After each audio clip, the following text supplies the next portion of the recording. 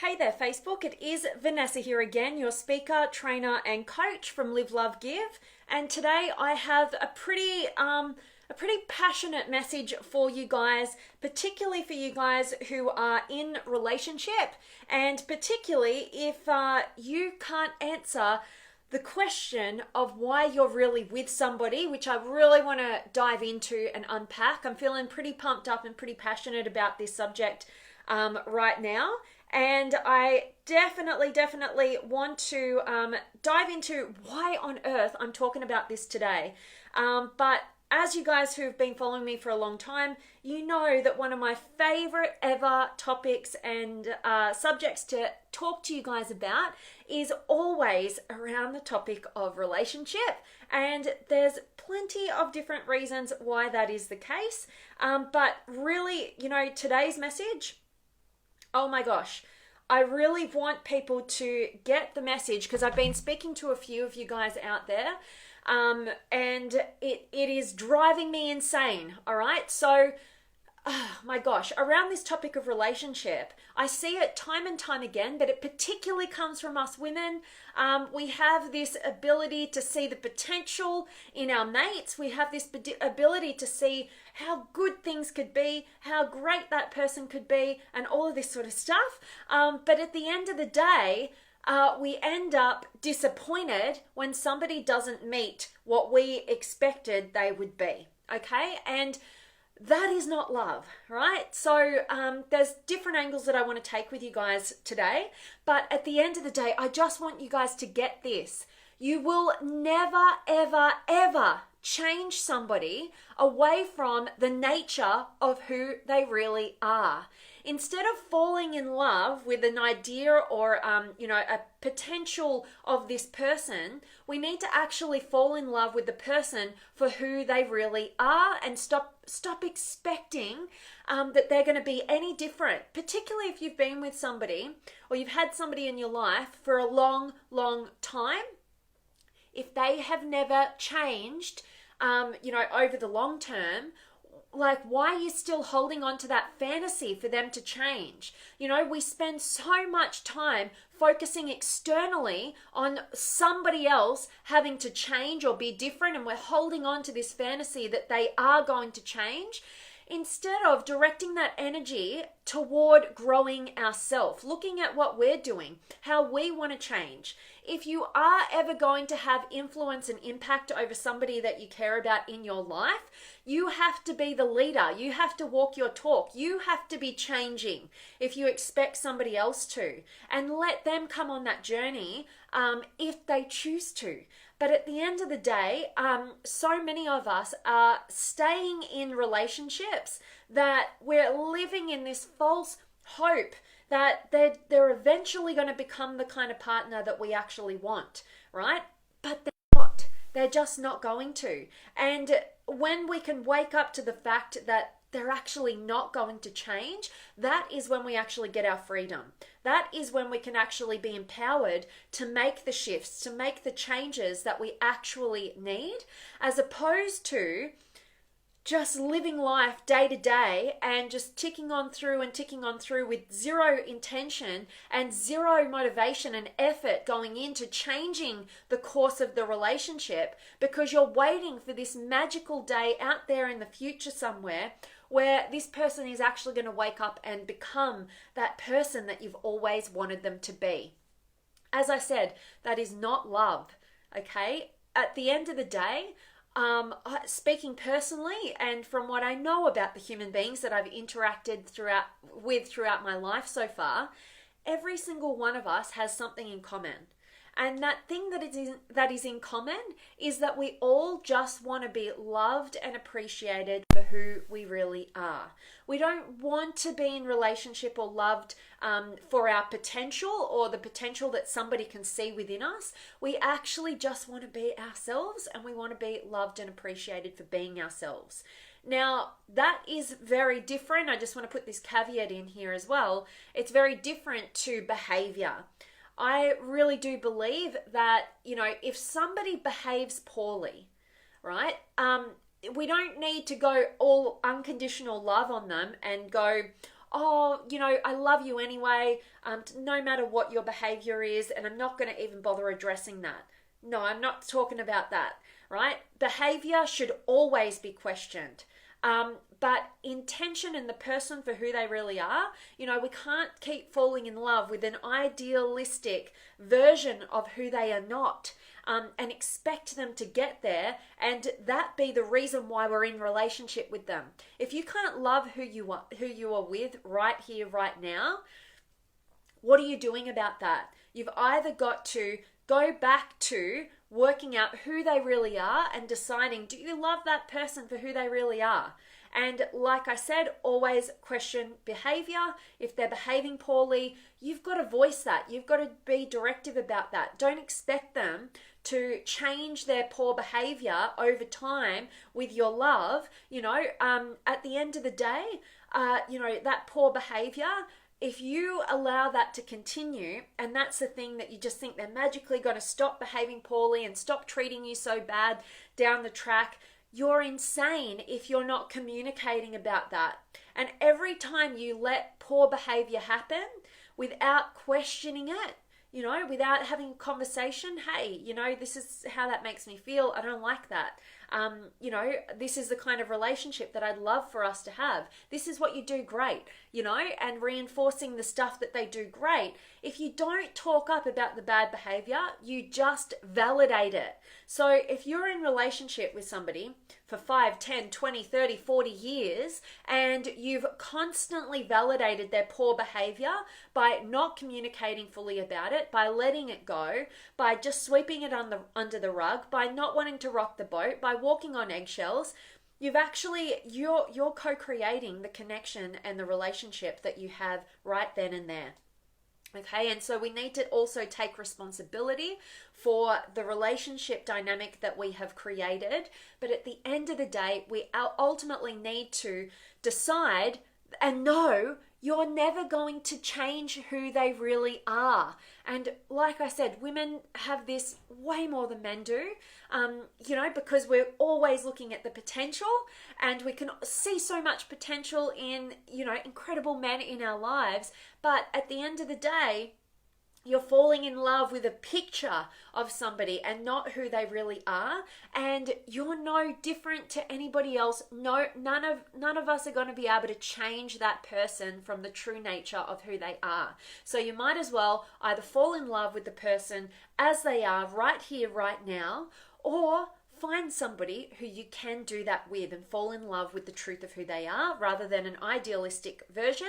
And if the only reason that you're staying in a long-term relationship is because you think that they're going to change, you're completely nuts and completely wrong. And I say that with as much love as possible, because I want this to be a kind of wake up, particularly if it's been many years and you've tried and tried and tried. Albert Einstein, he comes up all the time. The definition of insanity is doing the same thing over and over again and expecting a different result. This is no different. So fall in love with the person for who they are and stop believing that you're going to be the one to change them, particularly if you're not working on yourself and being a leader, and having influence by your own growth and you doing the hard work to change yourself for the better as well. All right. Okay, so anyway, I want to definitely check in with you guys. Let me know what you think. If you agree with me or not, let me know. I'd love to hear from you guys what your perspective is on relationship. Like I said, we can always influence, but we can't be with somebody if we're just expecting them to change and we've fallen in love with an idealistic version of them rather than the truth of who they are right here, right now. If you're not in love with who they are right here, right now, you're simply not in love. You're in love with a fantasy, a projection that is more than likely not going to happen if you've been trying to move it in that direction for a long period of time. All right, so like I said, either decide that you're going to fall in love with the truth of who they are, or you're going to throw away the fantasy, or you're going to make the shifts and changes within yourself so that you can be a leader and influence them to improve and become better as well, or you're just going to find somebody who you can decide to love and appreciate for all of who they are right here, right now. Okay. Want a bit of a rant. So, Rayul's here, and Natalie, and Tayeb, and Hassani, and Melissa, and Jace, and Jared. Awesome to see you guys, and Joe, and Wayan, and Julie, and Michael. Joe, absolutely. People change all the time. You're so spot on. But what I'm actually talking about in today's message is people who've been in long-term relationship for years upon years, and the reason why they are still with that person is because they're still thinking that that person is going to change the nature of who they really are, even though they haven't changed for the last 5, 10, 20, 30 years. And on top of that, you know, we're always shifting and changing as we go through life, but I'm narrowing this down to people who are expecting somebody to be this idealistic version of what they're projecting onto this person, and they're not becoming that thing, yet they're staying in the relationship purely because they expect this person to eventually shift and mold into this future projection, which is unrealistic, and it's very different to the nature of the person that they've got into relationship with. You know, people don't change their nature. They can absolutely change and grow and evolve and experience more and shift and develop and become better and all that sort of stuff. But this is narrowed down to the relationship aspect on long term, when people get caught up in a fantasy rather than loving the person for who they really are right here, right now. I love it. And Haru's here, and Sanula, and Lucy, and Bassam, and shine on to you as well, Haru. Thanks for being here. And Shelley, and Leslie, and Shane, and AJ. I like your topic so much. One of the hardest things about life is people we love not being who we wanted them to be. Falling in love with potential is not what we are supposed to do, but accept people for who they are and just encourage and voice our opinions. So beautiful. I love that, AJ, and I could not agree with you more. I think, you know, part of the beauty of relationship is being able to see the potential in others, right? And being able to, you know, kind of shine light and encourage them in that direction. If we can see something within them that, you know, they can't see within themselves, you know, as human beings, we tend to, you know, not see our potential. And sometimes it's really helpful to have loving encouragement from others who can see something in us and nurture that with us, right? But at the end of the day, I know, I'm speaking from personal experience. In past relationships, I've always fallen in love with the potential that I've seen in my partner. And after years of time, you know, and now I didn't know it fully at the time. It's only been in reflection now as I grow and evolve in this direction, and we're always growing and evolving and getting new perspective on the past. But I absolutely fell in love with potential rather than really falling deeply in love with the person for who they are right here, right now. And you always, if you do that, you end up disappointed, you know, and then you realize later down the track that you haven't actually been in love with the person, and you've just been in love with this idealistic version of them. And that is kind of a weird experience to realize for yourself. And also, you know, like I said, one of the things that us human beings have in common is a deep desire and yearning to be loved fully for the truth of who we are right here, right now. Not having to achieve something, not having to be in this particular potential, not having to, you know, change who we really are. We want to just have that love, you know, for who we are right here, right now. And to not do that in relationship is pretty sad. And I'm speaking from personal experience here as well. So I love that, AJ, and I so appreciate you being here. And Howard. Let me have a look. Howard, thank you for being here. And Shane finally caught me live at the right time. I love that. That's so, so cool. And Amit and Shane, I'm loving that you're agreeing with today's topic, even though it's a little bit controversial, can rub people the wrong way.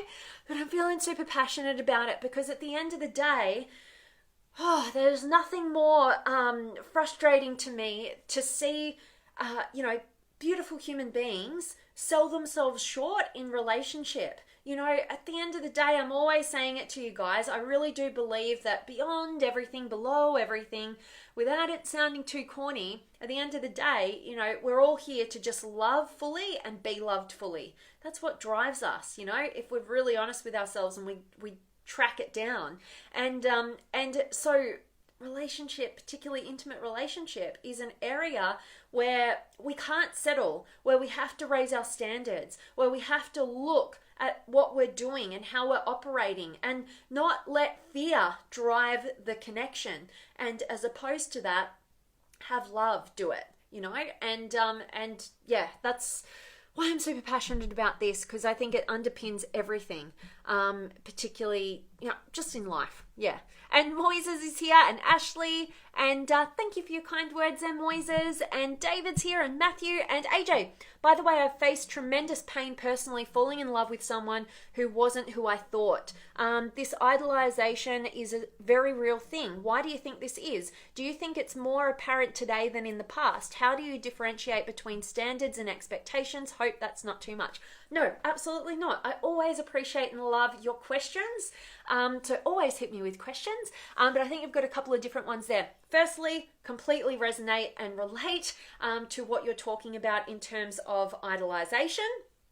Wow, have I been having some insights in terms of reflecting back on past relationships when I was less emotionally intelligent. I'm not saying I'm totally emotionally intelligent. I know I've always got a long way to go, but definitely it is such a true and real thing. Why do I think that is? I think that it's a lot of reasons. There's a lot of things that move us in that direction of seeing the greatness in somebody. There's a lot of biological reasons, attraction, the chemistry that has, we've been biologically wired to have these kind of rose-colored glasses for somebody that, our body can sense we could procreate with and create a pretty healthy baby, right? And so there's all those pheromones, there's all sorts of biology going on that gets us into these rose-colored glasses. They can do no wrong. They're the most incredible human being, all that sort of stuff. So we've got that element, but also I think that there's many different things, and it's something I'd love to research more.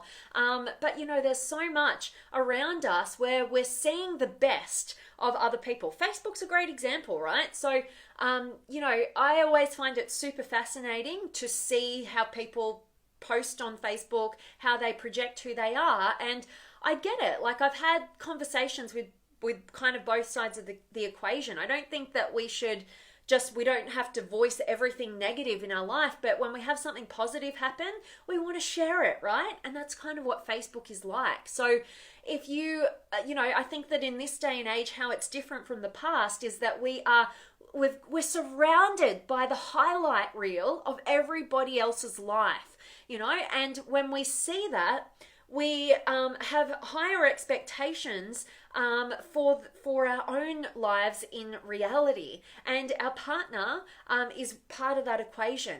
We see loving couples, posting stuff on Facebook or social media or all over the news, or celebrities or whatever, and then we get this picture as to what we think we should be, because we're living in comparison rather than in authenticity, and so that plays a huge role as well. And I've been talking to a lot of older couples who are actually ending relationships, later on in life. And I've been talking to them about their relationships and listening to their perspectives, kind of studying them. And it's been super interesting to get their perspective on what relationship was, because when they got into relationship, it was very much, I'm talking about kind of 1950s born sort of baby boomer generation. And it was very much, the man does this, the woman does this, they're together for the family, and they have specific roles, and there's expectations there. And you know what? It worked. But at this day and age, I speak to them and their perception about relationships now, and they see the equality, and there's all that talk about how men are expected to be more than who they were expected to be back then. They're expected to have great jobs and stuff as well, but also help out with the family, and there's a lot of stay-at-home dads, and there's a lot of shifting in roles, and there's a lot of convergence, which definitely impacts our idolization. So I said before, raise our standards, but some people have raised the standards so high that it's actually unrealistic, and they're also creating their own fantasy, but we also need to raise our standards in terms of, our own personal growth. And if there's a problem, if there's a challenge, if we want to create something extraordinary in relationship, we have to create something extraordinary within ourselves, not just try and find the perfect person who will tick all the boxes. And if they don't quite yet, they're going to get there, and that's what you're focused on falling in love with. I think that we kind of need the experience to be able to decipher how we're operating, and that's why reflection is super powerful. I've learned so much from reflecting onto past relationships, and from having a growth mindset and power of reflection.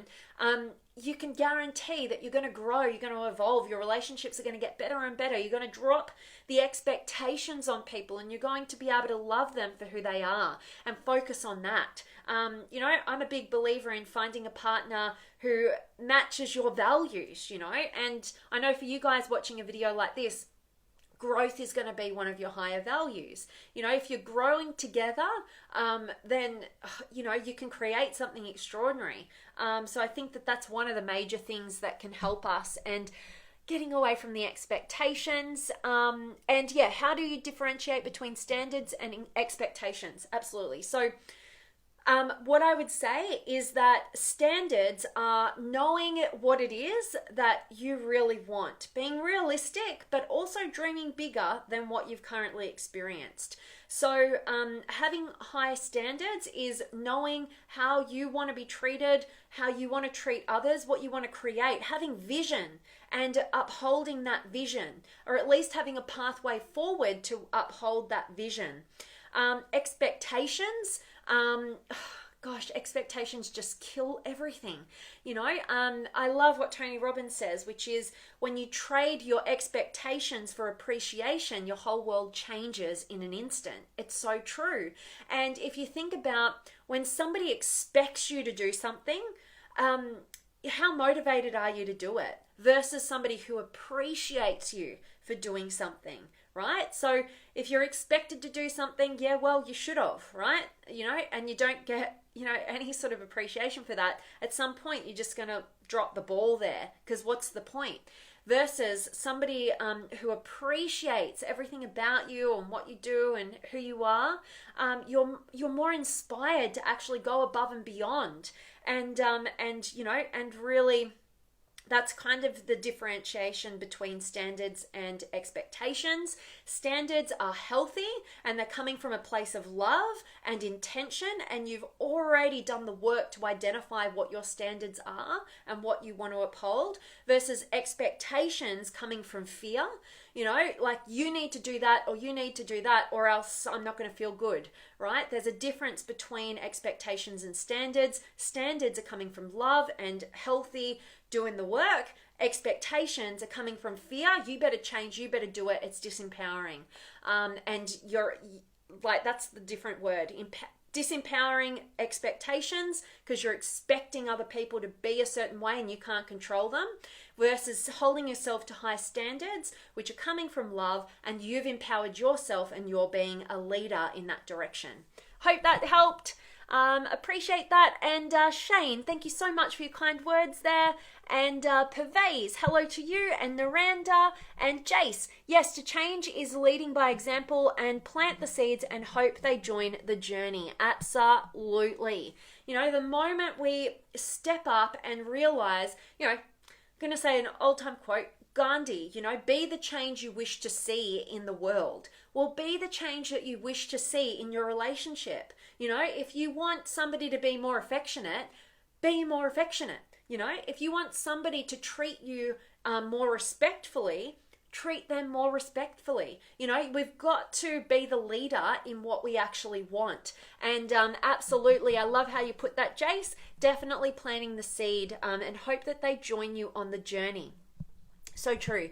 And Eduardo's here, and Gabrielle, and loving that you'll watch the replay, Gabrielle. Good to see you. And Moises, do you think there is any way to change our nature if we really want to change it? Really great question. I tend to fall back on, my studies with Tony Robbins, and he would say that people don't change the nature of who they are. I think that there is always a healthy version of our nature and an unhealthy version of our nature. And as we grow and evolve, we can shift and change, and we can become our higher selves in terms of the nature. But, I do believe in people changing and evolving and growing. But, at the end of the day, what I'm really focused on in today's message is people who are expecting somebody to be a completely different person to who they really are, and that's the problem in relationship. And they're in relationship because they're thinking that sometime in the future, this person is going to magically transform into this other person that they've created this idealistic fantasy around, when they're just not, but I would say, like you're saying there, Moises, do you think that we can change our nature if we really want to change it? I think that is the key. If you really want to change, if you're really committed, if you can see many more advantages over disadvantages through making changes within, absolutely. No doubt about it that we can change. But what I'm really talking about is somebody outside of you wanting you to change, but you don't actually want to do that. And, this is who you are, right? So that's really the difference there. But I love the question, Moises. Thank you so much. And Andrew, awesome to have you. And George and Shane. So true. Find someone to love who is the perfect one for you. Don't expect someone to change themselves for you. Wise words, so true, must agree. Absolutely. And nobody is perfect, but if you find somebody who has very much aligned values with you and a vision for how they want to create their life, and the purpose of relationship is to actually enhance each other's lives. If you're not enhancing their life and they're not enhancing your life, really, what is the point? That is the purpose of relationship, to enhance each other's lives, to inspire and support and challenge each other to become the best people that you can be. Follow your inspiration, and create a truly fulfilling life where you're both growing and contributing in your own unique ways, and you support that with one another. So absolutely love that, Shane. And George is here, and Adelpho. And Gabrielle, I remind my husband that the tree needs the roots as much as the branches and leaves, meaning all is meaningful and brings strength.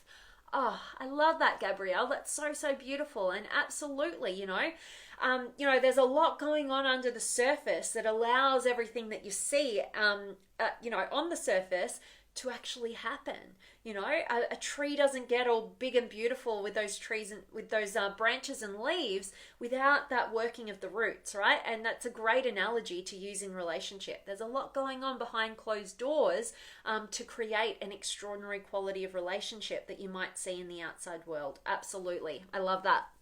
And Brenda, blessings to you, my friend, and Danielle, and Lucy, and Diaz, and Freddie, and Sambaji.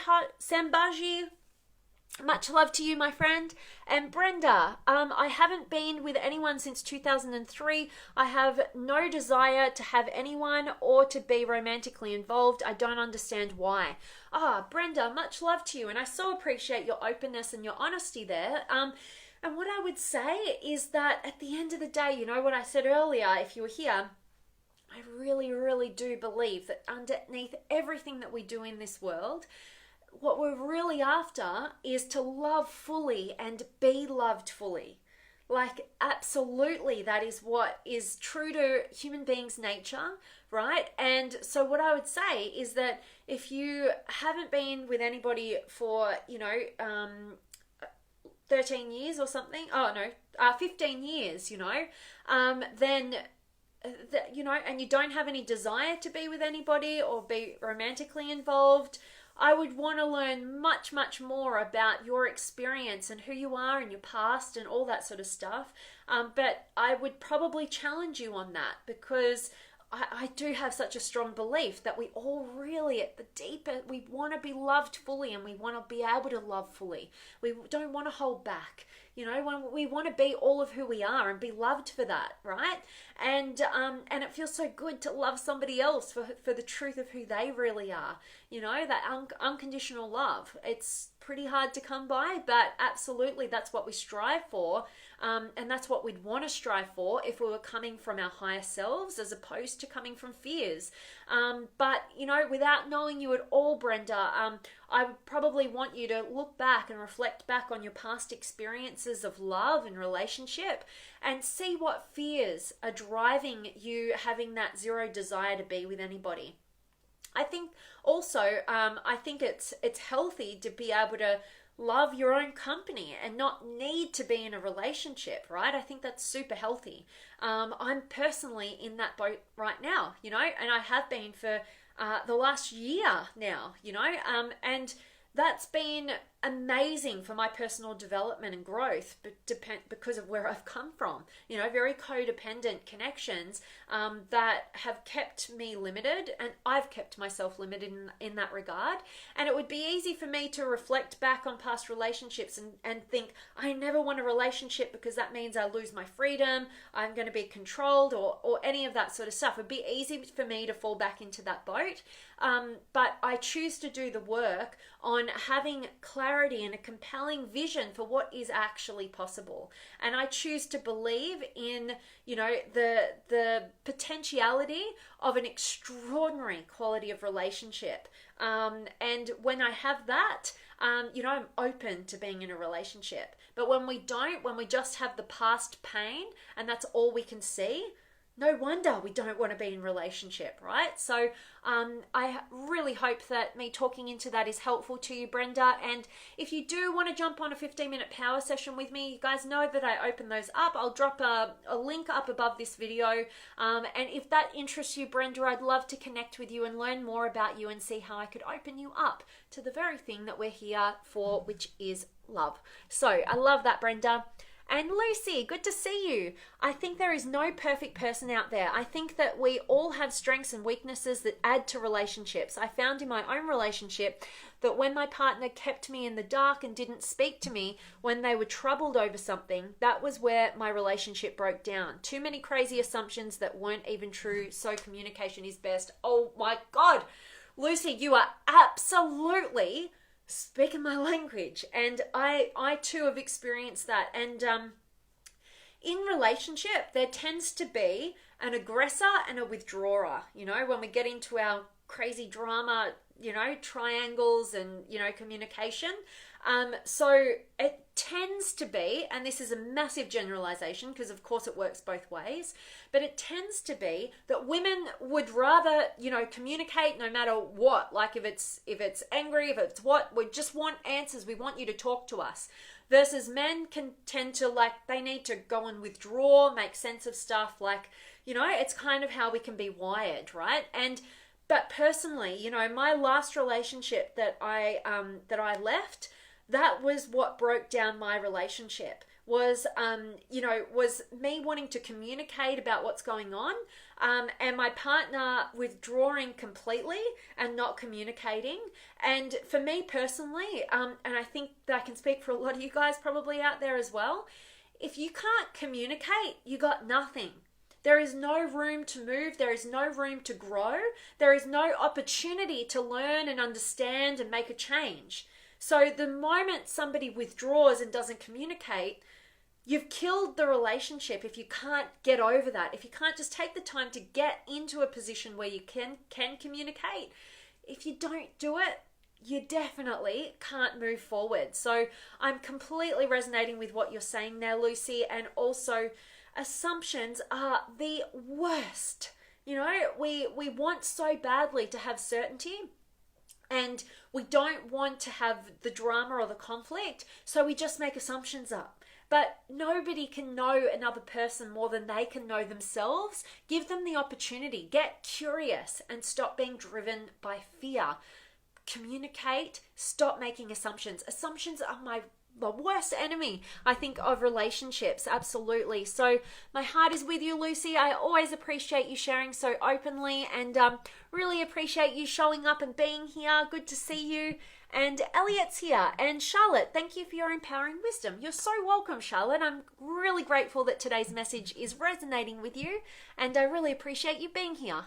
And Yabaz and Peter and Yusuf and Essendon EHB and Bina and Brenda, thank you so much. Oh, you made me cry for the good. Oh, Brenda, that's so beautiful. My heart is with you, my friend, and I love having you here. Touching my heart with that comment. And Prabha, I'm not sure what you're referring to, but Jay, so passionate today. I love it. I get super passionate about this topic because it just drives me insane when people are with people because they don't want to be alone, and they've fallen in love with this fantasy and they're not really in love with the person. And, you know, intimate relationships can make or break your life. You know, we have to have high standards. We have to know, we have to be intentional. And first and foremost, we need to be a leader with what we really want. You know, create an extraordinary quality of relationship with yourself so that you can ultimately do that with somebody else as well. So absolutely, I love that, Jace. And Judy's here. And Zuxi, sorry, I can't pronounce that, but you're coming from Vietnam. I love to have you here, and I love Vietnam. I spent a couple of months living over that way in Hoi An and Ho Chi Minh and Hanoi as well. Just 2 years ago. So I love it over there. Beautiful people, beautiful food, beautiful part of the world. So guys, really that is my message for you all. I hope that it's been of value.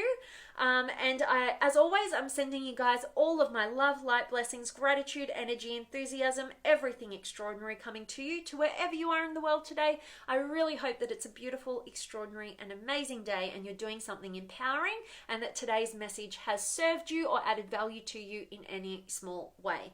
Sending you guys all of my love, and I cannot wait to see you guys tomorrow. And thank you so much for the questions and the engagement. I really appreciate it. Oh, and Mosen. Okay, what's this? Hello, dear friend. I have bad news. My heart, I have seeded grain. I'm pouring over the room window. They fall in love. Okay, I'm not quite picking up what you're putting down there, but Mosen, I so appreciate you being here. And Joelle, awesome to see you.